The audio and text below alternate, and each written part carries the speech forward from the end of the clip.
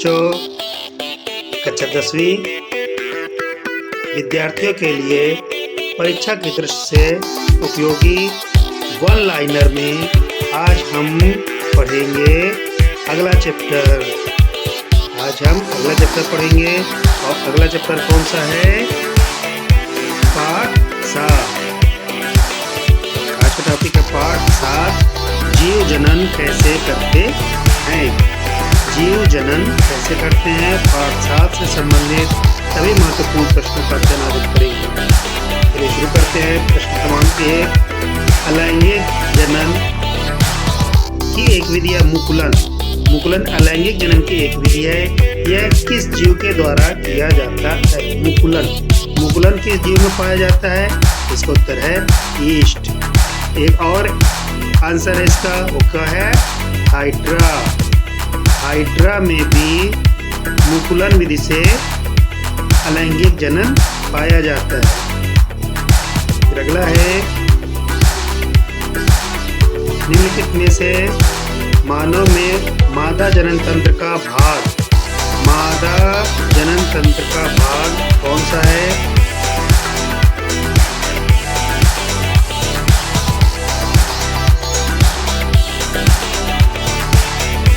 मादा जनन तंत्र का भाग अंडाशय, गर्भाशय और डिंबवाहिनी, ये सभी मादा जनन तंत्र का भाग है। ठीक है, अब आते हैं पराग कोश में होते हैं। प्रश्न 3, पराग कोश में क्या होता है? पराग कोश में पराग कण होते हैं। क्या होते हैं? पराग कण। तो पराग कण कहाँ पाए जाते हैं? पराग कण पराग कोश में पाए जाते हैं। अगला प्रश्न है, नर युग्मक एवं मादा युग्मक के संलयन की क्रिया क्या कहलाती है? क्या कहलाती है? निषेचन। नर युग्मक एवं मादा युग्मकों के संलयन की प्रक्रिया को क्या कहते हैं? निषेचन कहते हैं। क्या कहते हैं? निषेचन। अंडक का शीर्ष भाग क्या कहलाता है? अंडक का शीर्ष भाग। अगला प्रश्न है, अंडक का शीर्ष भाग क्या कहलाता है? इसका उत्तर है वर्तिकाग्र। क्या है? वर्तिकाग्र। आगे देखते हैं क्या है। अगला प्रश्न है, कायिक प्रजनन पाया जाता है। इनमें होता है कायिक प्रजनन।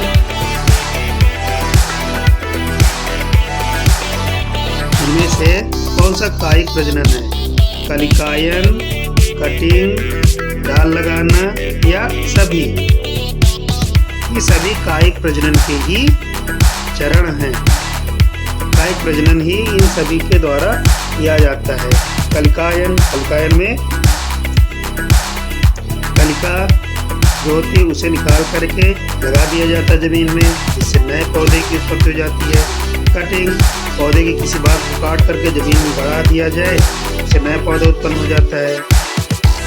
डाल लगाना या कलम लगाना, और इस तरह से ये सभी कायिक प्रजनन के ही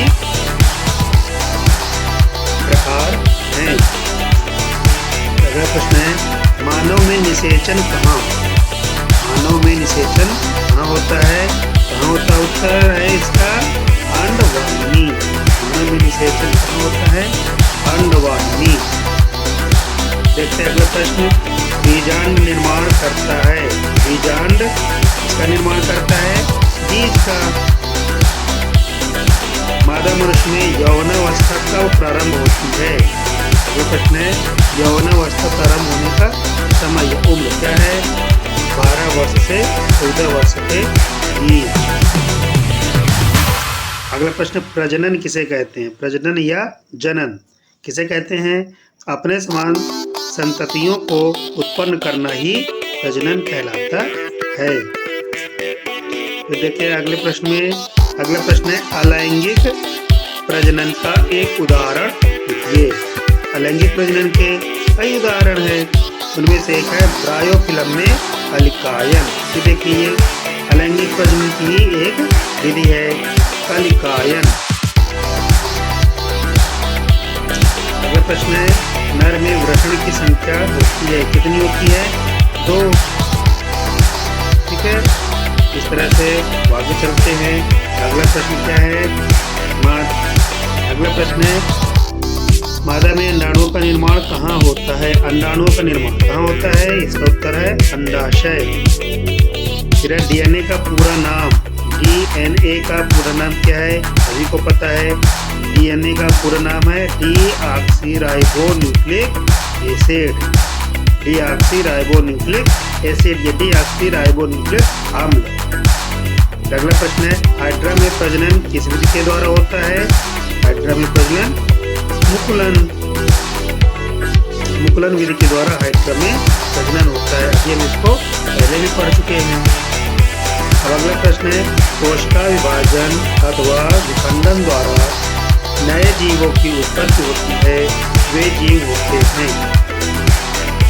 अर्थात कोशिका विभाजन या विखंडन के द्वारा जब नए जीवों की उत्पत्ति होती है, इसमें यह प्रक्रिया पाई जाती है। ये प्रक्रिया एक कोशिकीय जीवों में पाई जाती है। कैसे जीव होते हैं? एक कोशिकीय जीव होते हैं। ठीक है, फिर देखते हैं अगला प्रश्न क्या है। अगला प्रश्न है, मलेरिया परजीवी प्लाज्मोडियम जीवों में प्रजनन कैसे होता है?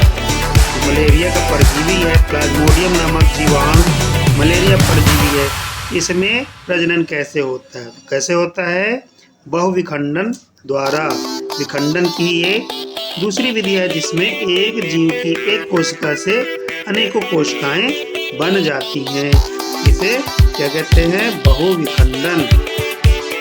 पुनर्जनन या पुनरुद्भवन। अगला प्रश्न है, पुनर्जनन किसे कहते हैं? या पुनरुद्भवन किसे कहते हैं?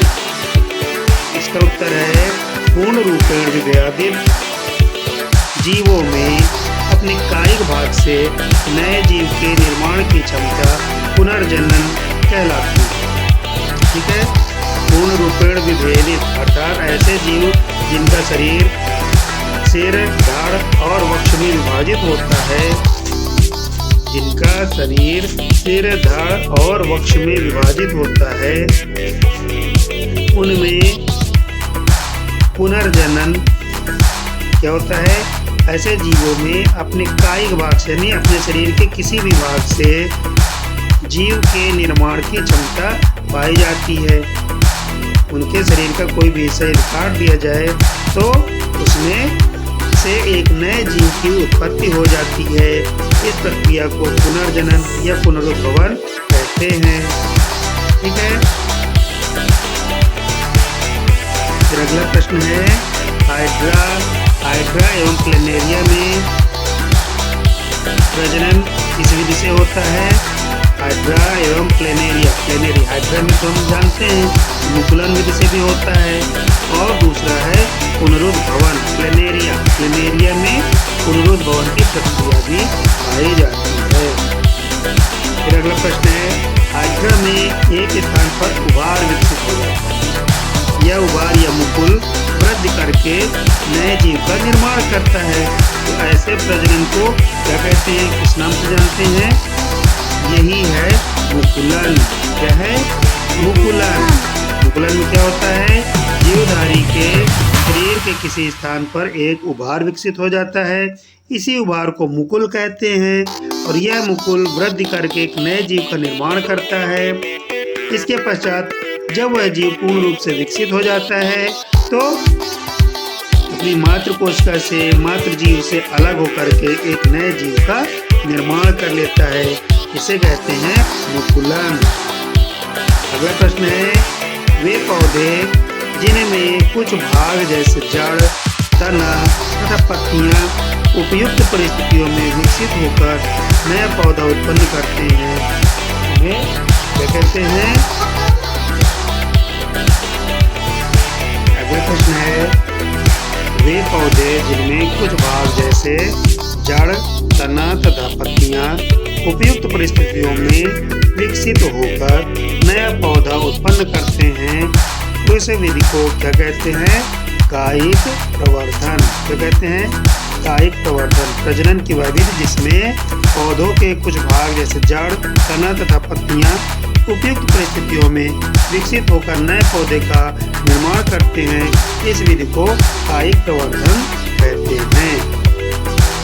अगला प्रश्न है, ब्रेड पर धागे के समान कुछ संरचनाएं विकसित हो जाती हैं, वे क्या कहलाती हैं? ये क्या है? राइजोपस यानी कवक। ब्रेड पर कवक लग जाती है जिससे धागे के समान कुछ संरचनाएं भूरे भूरे रंग की दिखाई देने लग जाती हैं। इसे क्या कहते हैं? राइजोपस या कवक। अगला प्रश्न है, गन्ना, गुलाब व अंगूर की कृषि में किस विधि का उपयोग किया जाता है? इस विधि का उपयोग किया जाता है कायिक प्रवर्धन। इस विधि का उपयोग किया जाता है कायिक प्रवर्धन। गन्ना, गुलाब तथा अंगूर की खेती के लिए कायिक प्रवर्धन का प्रयोग किया जाता है। आनुवंशिक रूप से जनक के समान पौधे किस विधि से उत्पन्न होते हैं? इसका उत्तर है कायिक प्रवर्धन। कायिक प्रवर्धन में जो पौधे उत्पन्न होते हैं वे आनुवंशिक रूप से किसके समान होते हैं? जनक के समान होते हैं। पुष्प किसका रूपांतरण है? अगला प्रश्न है, पुष्प किसका रूपांतरण है? किसका रूपांतरण है? प्ररोह का। पुष्प किसका रूपांतरण है? प्ररोह का। अगला प्रश्न, जब पुष्प में पुंकेसर अथवा स्त्री केसर में से कोई एक जननांग उपस्थित हो तो ऐसे पुष्प को क्या कहते हैं?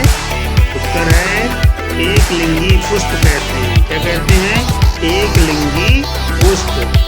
जब पुष्प में केवल एक जननांग, जैसे या तो पुंकेसर उपस्थित हो अथवा स्त्री केसर, इन दोनों में से यदि कोई भी एक जननांग उपस्थित है तो ऐसे पुष्प को एक लिंगी पुष्प कहते हैं, जैसे पपीता, तरबूज इत्यादि।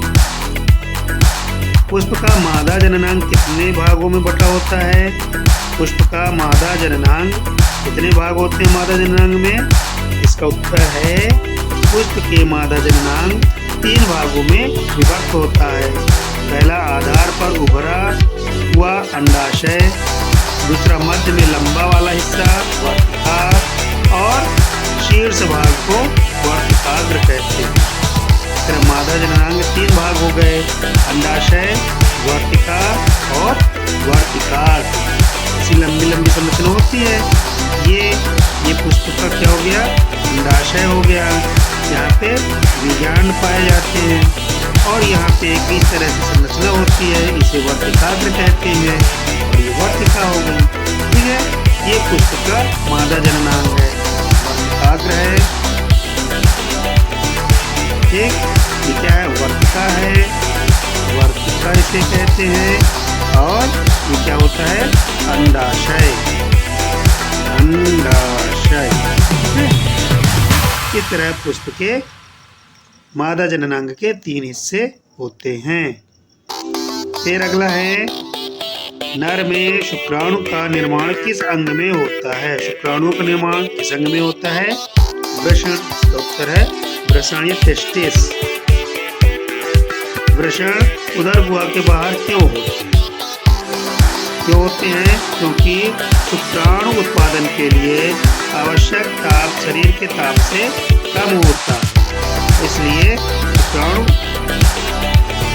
जो वृषण होता है उदर गुहा के बाहर स्थित होता है। क्यों?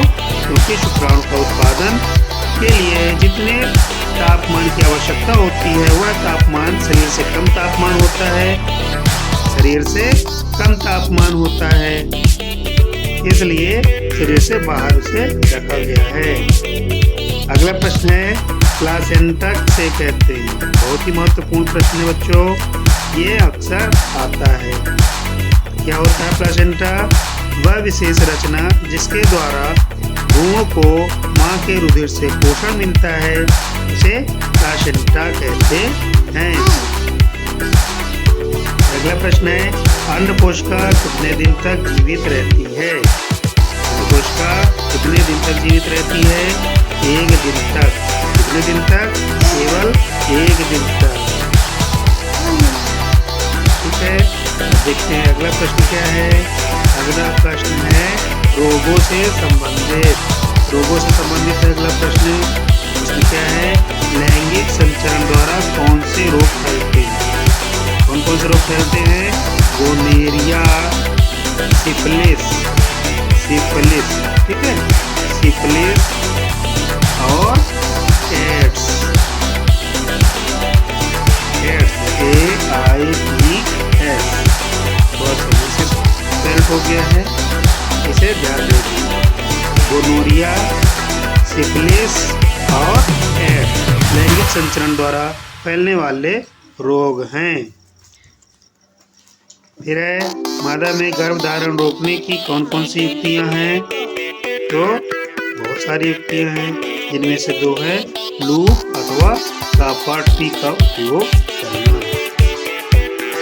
अब देखते हैं कुछ विशेष प्रश्न हैं, उनके बारे में अध्ययन करते हैं हम। जैसे यदि परागकणों का स्थानांतरण उसी पुष्प के वर्तिका पर होता है तो यह प्रक्रिया क्या कहलाती है? स्वपरागण। ठीक है, परागण की वह विधि जिसमें परागकणों का स्थानांतरण उसी पुष्प के वर्तिका पर होता है, इस प्रक्रिया को स्वपरागण कहते हैं। दूसरा है, जब पुष्प में पुंकेसर अथवा स्त्री केसर में से कोई एक जननांग उपस्थित होता है, कैसा पुष्प होता है? एक लिंगी पुष्प होता है। अभी हम इसके बारे में अध्ययन कर चुके हैं। यदि पुष्प के परागकण दूसरे पुष्प पर स्थानांतरित होते हैं, यह प्रक्रिया क्या कहलाती है? पर परागण। एक होता है स्वपरागण और दूसरा पर परागण। स्वपरागण में क्या होता है? परागकणों का स्थानांतरण उसी पुष्प के वर्तिका पर होता है। और पर परागण में क्या होता है? एक पुष्प के परागकणों का स्थानांतरण दूसरे पुष्प पर या दूसरी जात के दूसरे पौधे के पुष्प पर होता है। इस प्रक्रिया को पर परागण कहते हैं। किसी पौधे के बीज से भावी जड़ का निर्माण कहाँ से होता है? मूलांकुर भाग से होता है। किस भाग से? मूलांकुर। और तने का निर्माण किसी पौधे के बीज से भावी तने का निर्माण कहाँ से होता है? बीज के प्रांकुर भाग से। कहाँ से होता है? प्रांकुर से तने का निर्माण होता है और मूलांकुर से जड़ का। ठीक है, ये मूलांकुर हो गई, नीचे की ओर जाती है, इससे जड़ का निर्माण होता है। और ये प्रांकुर है, पहले जड़ निर्मित होती है, इसके पश्चात प्रांकुर आता है, जिससे तने का विकास शुरू होता है। फिर अगला है, मनुष्य के शरीर में शुक्राणु का निर्माण कहाँ होता है? वृषण में पढ़ चुके हैं। फिर आगे क्या है? अंडाणु का निर्माण कहाँ होता है? अंडाशय में। भ्रूण को माँ के रुधिर से पोषण कहाँ से प्राप्त होता है? प्लासेंटा नामक संरचना से। ठीक है, सजीवों में अपने ही समान आकृति रूप के नए जीव उत्पन्न करने की क्षमता को क्या कहते हैं? जनन। सारे पाठ हम पढ़ चुके हैं, सारी जानकारी हमें प्राप्त की है। वीडियो को और 1-2 बार देखेंगे, हमें पूरा कंठस्थ हो सकता है। ठीक है, आगे देखते हैं। सजीव लैंगिक जनन में युग्मक का निर्माण होता है। लैंगिक जनन होता है, लैंगिक प्रजनन, इसमें क्या होता है? युग्मक का निर्माण होता है। नर युग्मक शुक्राणु होते हैं, मादा युग्मक अंडाणु होते हैं। और जब ये दोनों आपस में मिल जाते हैं, क्या बन जाता है? जाइगोट का निर्माण होता है। और इस प्रक्रिया को क्या कहते हैं? निषेचन। नर युग्मक शुक्राणु तथा मादा युग्मक अंडाणु के आपस में मिलने की प्रक्रिया को निषेचन कहते हैं। पौधों में लंबाई की वृद्धि को किस यंत्र की सहायता से मापा जा सकता है? ऑक्जेनोमीटर। किस यंत्र से? ऑक्जेनोमीटर। ठीक है, वृषण का कार्य क्या है? शुक्राणु को उत्पन्न करना। अंडाशय, मादा में अंडाशय की संख्या कितनी होती है? 2।